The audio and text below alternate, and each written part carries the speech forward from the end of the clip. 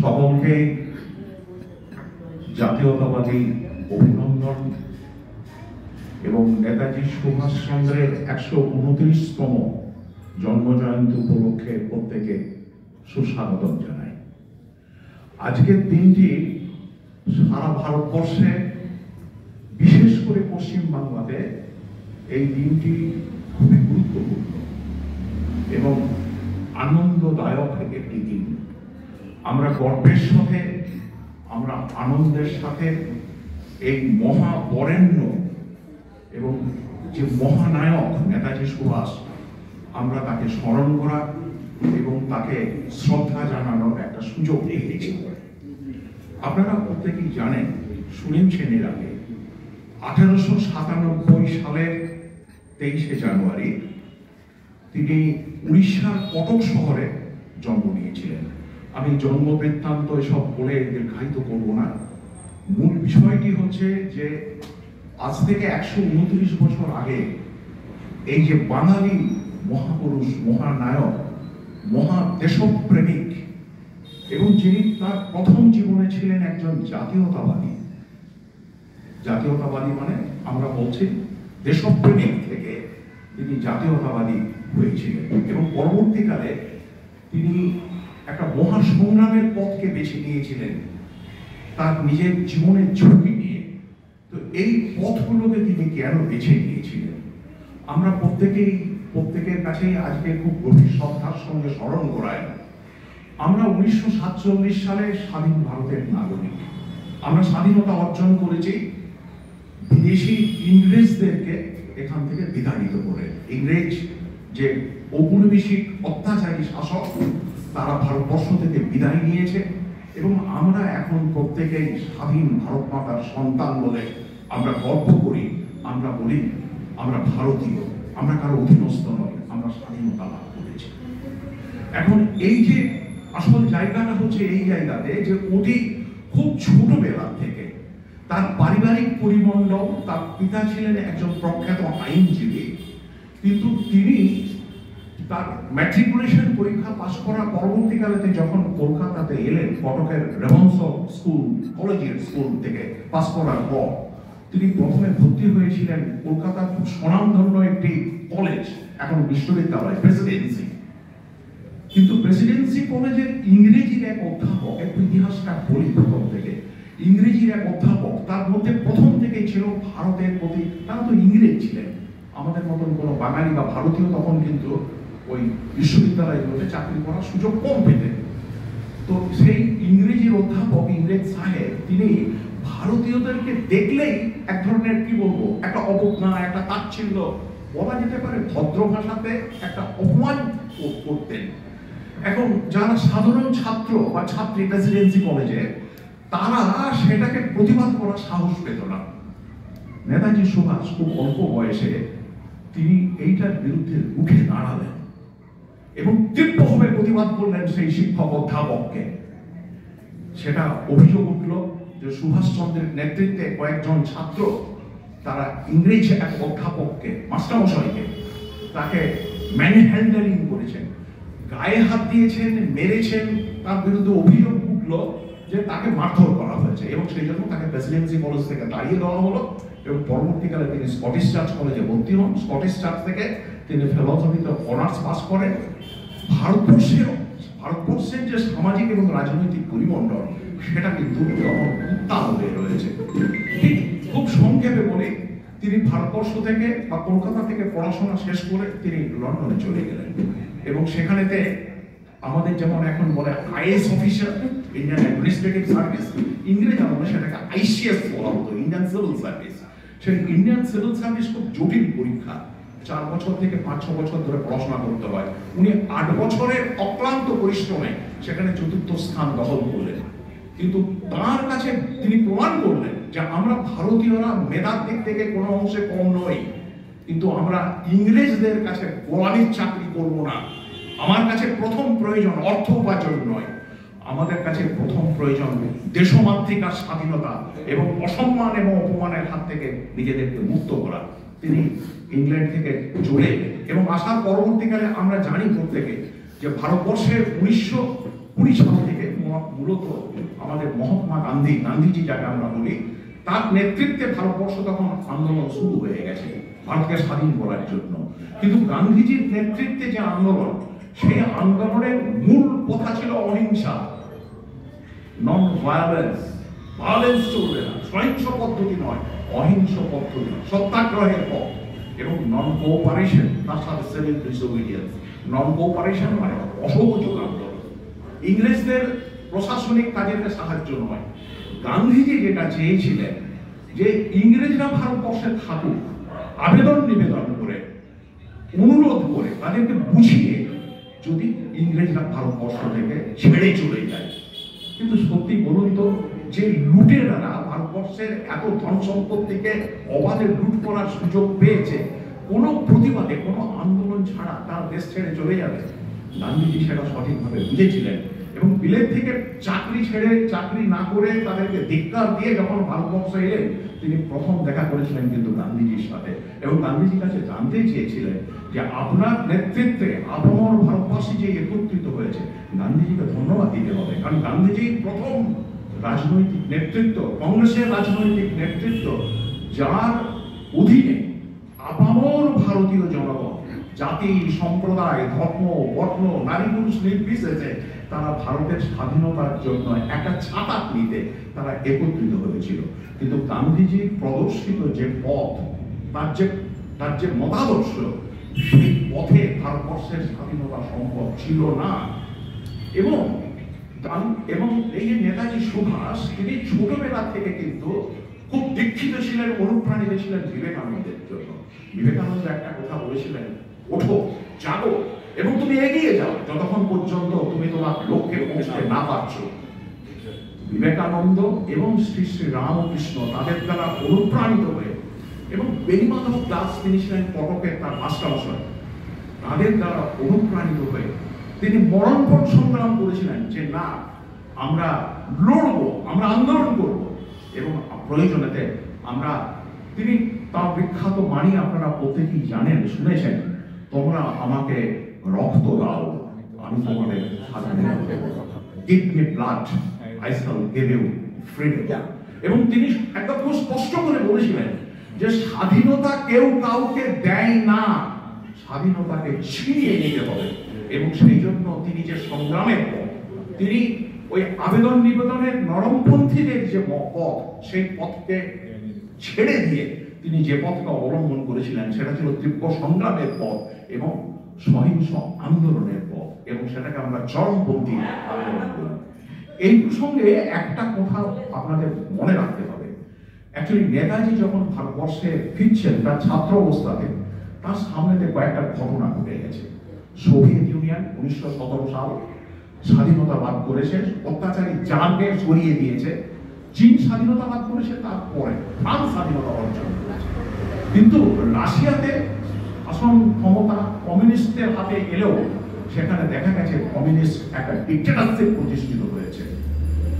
নেতাজি সুভাষে আমি আবার ফিরে যাচ্ছি। নেতাজি সুভাষ বুঝেছিলেন যে সোভিয়েত ইউনিয়ন বা ফ্রান্স, এদের যে পন্থা বা পদ্ধতি, সেই পথটা ভারতবর্ষের জন্য সুটেবল নয়। এবং ভারতবর্ষে সেই সময়তে একটা সমাজতান্ত্রিক আন্দোলন, একটা কমিউনিস্ট আন্দোলনের ধারা কিন্তু বইছিল। 1920 সাল থেকে বা ওই দ্বিতীয় দশক থেকে সেই সময়কার কয়েকজন নেতৃত্ব, তারা কিন্তু সেই সময়তে কংগ্রেসের ওই জাতীয়তাবাদী পথকে ছেড়ে দিয়েছিলেন। তার মধ্যে ভগৎ সিং এর নাম আপনারা শুনেছেন, জওহরলাল নেহরুর নাম আপনারা শুনেছেন, তার সাথে যোগ দিয়েছিলেন আমাদের নেতাজি সুভাষ, এবং তার সাথে ছিলেন ডক্টর বি.আর. আম্বেদকর। এরা প্রত্যেকেই কিন্তু কমিউনিস্ট মতাদর্শে বিশ্বাসী ছিলেন, এবং তারা বুঝেছিলেন যে ভারতবর্ষকে স্বাধীনতা যদি কেউ এনে দিতে পারে, সেটা সাধারণ জনগণ, সেটা কিন্তু কংগ্রেসের নেতৃত্বাধীন যে তার রাজনৈতিক দল বা ভারতবর্ষের জাতীয় কংগ্রেস, সেটা নয়। সেই কারণে নেতাজি সুভাষ, তাকে প্রয়োজন হয়েছিল, তিনি কলকাতা ছেড়ে দিয়েছিলেন, এবং কলকাতাকে ছেড়ে দিতে বাধ্য হয়েছিলেন। তার আগে অনেকগুলো ঘটনা ঘটেছে। গান্ধীজির সাথে পরবর্তীকালে এই মতাদর্শগত কারণে পথটা ভিন্ন। গান্ধীজির পথ ছিল নরমপন্থী পথ, আবেদন নিবেদন, সত্যাগ্রহের পথ, অসহযোগ আন্দোলনের পথ। আর নেতাজির পথ ছিল সংগ্রামের পথ, আন্দোলনের পথ।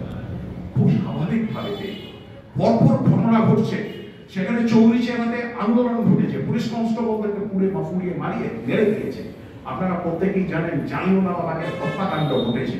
সুতরাং ইংরেজরা যেখানে জালিয়ানওয়ালাবাগেতে ওই শিখ সম্প্রদায়ের উপরে গুলি চালিয়ে মেরে দিতে পারে, সেই ধরনের অত্যাচারী শাসকদেরকে আবেদন নিবেদন করলে তারা ভারত ছেড়ে চলে যাবে, এটা কখনো সম্ভব না। সেটা নেতাজি সুভাষ বুঝেছিলেন এবং সেই কারণে তিনি দেখেছিলেন যে ইংরেজদের সবচেয়ে বড় শত্রু সেটা ছিল জার্মানি এবং জাপান। তিনি জার্মানিতে হিটলারের কাছে গিয়েছিলেন, তিনি তোজোর কাছে গিয়েছিলেন। এখন হিটলারকে আমরা অত্যাচারী শাসক বলে জানি, কিন্তু নেতাজির বক্তব্য ছিল শত্রুর শত্রু আমাদের মিত্র। কথাটা ভুলে যাবেন না, এটা আমাদের জীবনে তো মেনে চলা উচিত। আমার যে শত্রু তার যদি কেউ শত্রু থাকে তাহলে তার সাথে আমাদের মিত্রতা করতে হবে। নেতাজি এই পথ ধরে তিনি এগিয়েছিলেন এবং তিনি হিটলার এবং তোজোর কাছ থেকে প্রয়োজনে সাহায্য নিয়েছিলেন। যদিও বা সেটা খুব ভয়ঙ্কর একটা হয়তো সিদ্ধান্ত, বেয়নেটের উপরে দাঁড়িয়ে তিনি ভারতবর্ষ স্বাধীনতা চেয়েছিলেন। কিন্তু দুর্ভাগ্যের বিষয়, আপনারা প্রত্যেকেই জানেন দ্বিতীয় বিশ্বযুদ্ধ শুরু হয়ে গেছে 1942 সালে এবং তারই পরিপ্রেক্ষিতে সেখানে কিন্তু জার্মানি এবং জাপান, হিরোশিমা নাগাসাকি নাম শুনেছেন, জাপানেতে পারমাণবিক বোমা বিস্ফোরণ করলো, জার্মানি যুদ্ধে পরাজয় স্বীকার করলো আমেরিকার কাছে। আমেরিকা এবং ইংল্যান্ড এরা ছিল দোষক, দুজনই ছিল অত্যাচারী এবং সেখান থেকে তিনি চলে। কিন্তু তিনি বিদেশে গিয়ে যেটা করলেন সেটা হচ্ছে ভারতবর্ষের স্বাধীনতার জন্য সেখানকার জনগণকে ঐক্যবদ্ধ করে, এটা ভুলে গেলে চলবে না। স্মরণ করিয়ে দিয়ে বিশেষ করে, এখানে তো কোনো আমার ছাত্রছাত্রী নেই, আপনারা যারা রয়েছেন, আইনে বাহিনী, আজাদ হিন্দ ফৌজ, এই প্রসঙ্গে একটা কথা বলা ভালো আপনাদের স্মরণ করানোর জন্য, যে আজাদ হিন্দ ফৌজ তিনি গড়ে তুললেন এবং এই আজাদ হিন্দ ফৌজের যারা সেনাবাহিনী তারা নেতাজিকে সাহায্য করলেন। গান্ধীজি কি করতেন না, গান্ধীজি ভারতবর্ষ থেকে যারা যারা সেনাবাহিনীতে যোগদান করবে, ইংরেজদের অধীনে যে সেনাবাহিনী, সেখানে তিনি সেনাবাহিনীতে লোক সাপ্লাই করতেন। আর নেতাজি কি করলেন, নেতাজি চাইলেন আইনে বাহিনীর মাধ্যমে দেশকে স্বাধীন করতে। আইনে এত বেশি জঙ্গি, এত বেশি আন্দোলনকারী হয়ে উঠল। শুধু তাই না, আপনারা নিশ্চিতই জানেন যে সেখানে মহিলাদেরকে নিয়ে সর্বপ্রথম ভারতবর্ষের ইতিহাসে সেখানে মহিলাদের জন্য সেনাবাহিনী গড়ে তুললেন। এবং আপনারা এই যে ঝাঁসির রানী লক্ষ্মীবাইয়ের নাম শুনেছেন, এবং ওই যে কর্নেল, আমি নামটা এক্স্যাক্টলি এখন ভুলে যাচ্ছি, ওই সানেগাল ব্যালেগাল এই ধরনের কোনো নাম হবে, এক্সকিউজ মি, আমি ক্ষমা চাইছি। সেখানে মহিলাদের নেতৃত্বে তিনি সেনাবাহিনী গড়ে তুললেন। এবং এই যে আজাদ হিন্দ বাহিনী, এখানে আমাদের অনেক মুসলিম ভাইয়েরা বসে রয়েছেন। আজকে নেতাজিকে এই কারণে আপনাদের কাছে তুলে ধরার চেষ্টা করছি, নেতাজি কিন্তু সাম্প্রদায়িক ছিলেন না। তার যে সেনাবাহিনী, সেখানে হিন্দু আছে, সেখানে মুসলমান আছে, সেখানে শিখ আছে, সেখানে পাঞ্জাব আছে, অর্থাৎ একটা অসাম্প্রদায়িক। এই যে সেকুলারিজমের কথা বলি আমরা, আজকে নারী শক্তির জাগরণের কথা বলি, নারীদের এম্পাওয়ারমেন্টের কথা বলি, নেতাজি সুভাষ তিনি তার নেতৃত্বে মহিলাদের দ্বারা পরিচালিত সেনাবাহিনী গড়ে তুললেন এবং এমন একটা অবস্থায় ইংরেজদের বিরুদ্ধে গড়ে তুললেন যে সেখানে দ্বিতীয় বিশ্বযুদ্ধে ইংল্যান্ডের প্রচুর নৌবাহিনীর লোক, সেনাবাহিনীর লোক মারা গেছে। ইংল্যান্ড বুঝলো যেটা ভারতবর্ষকে আর শাসন করা যাবে না, ভারতবর্ষ থেকে ছেড়ে পালাতে বাধ্য হলো। কারণ ইংরেজদের যে সেনাবাহিনী, যে সেনাবাহিনীর উপরে ভর করে ইংরেজরা ভারতবর্ষে এতদিন শাসন চালিয়েছিল, সেই সেনাবাহিনী পরবর্তীকালেতে ইংরেজদের বিরুদ্ধে বিদ্রোহী হয়ে উঠল এবং বাধ্য করেছিল। এবং এইখানেই নেতাজির সাফল্য, নেতাজির কৃতিত্ব, যে নেতাজির যে সংগ্রামী আহ্বান, দিল্লি চল, মহাত্মা গান্ধী যেখানে কুইট ইন্ডিয়া, ভারত ছাড়ার কথা বললেন, সেখানেতে বললেন যে দিল্লি চল, এবং সেখানকার যে শাসক, ইংরেজ শাসক, তাদেরকে আমরা মসনদ থেকে টেনে নামাবো। এই ছিল নেতাজির বিপ্লবী ঘটনা। কিন্তু ঘটনার পরিপ্রেক্ষিতে আপনারা প্রত্যেকেই জানেন দ্বিতীয় বিশ্বযুদ্ধ শুরু হয়ে গেছে 1942 সাল। সেখানেতে আইনি বাহিনী অনেকটাই পর্যুদস্ত, জাপান এবং জার্মানি, যার কাছ থেকে নেতাজি সাহায্য নিয়েছিলেন, তারা ইংল্যান্ড এবং আমেরিকার কাছে সারেন্ডার করতে বাধ্য হয়েছে। ঠিক এই রকমের একটা খুব জটিল পরিস্থিতি। তিনি ভারতেও ফিরে আসতে পারছেন না, নেতাজি ভারতে ফিরে আসতে পারছেন না। লোকে বলে এ কথা যে কংগ্রেসের সাথে, বিশেষ করে নেহরুর সাথে সম্পর্ক ভালো ছিল না। আপনারা জানেন যে নেতাজি সুভাষচন্দ্র, তিনি ইন্ডিয়ান যে ন্যাশনাল কংগ্রেস, তার তিনি সভাপতি হয়েছিলেন, হরিপুরা কংগ্রেস 1938, এবং 1939 সালেতে সেখানেতে যে ত্রিপুরী কংগ্রেস, সেখানেও কিন্তু গান্ধীজির সাথে তীব্র মতপার্থক্য হয়েছিল, এবং গান্ধীজি তার নিজের একজন ক্যান্ডিডেটকে, সীতারামাইয়া, তাকে ক্যান্ডিডেট করেছিল। কিন্তু ঘটনাচক্রে, এবং গান্ধীজির মতো নেতা, তিনি সে কথা বলেছিলেন যে তোমরা সবাই সীতারামাইয়াকে ভোট দাও, ওকে জেতাও, এবং নেতাজি সুভাষকে হারিয়ে দাও।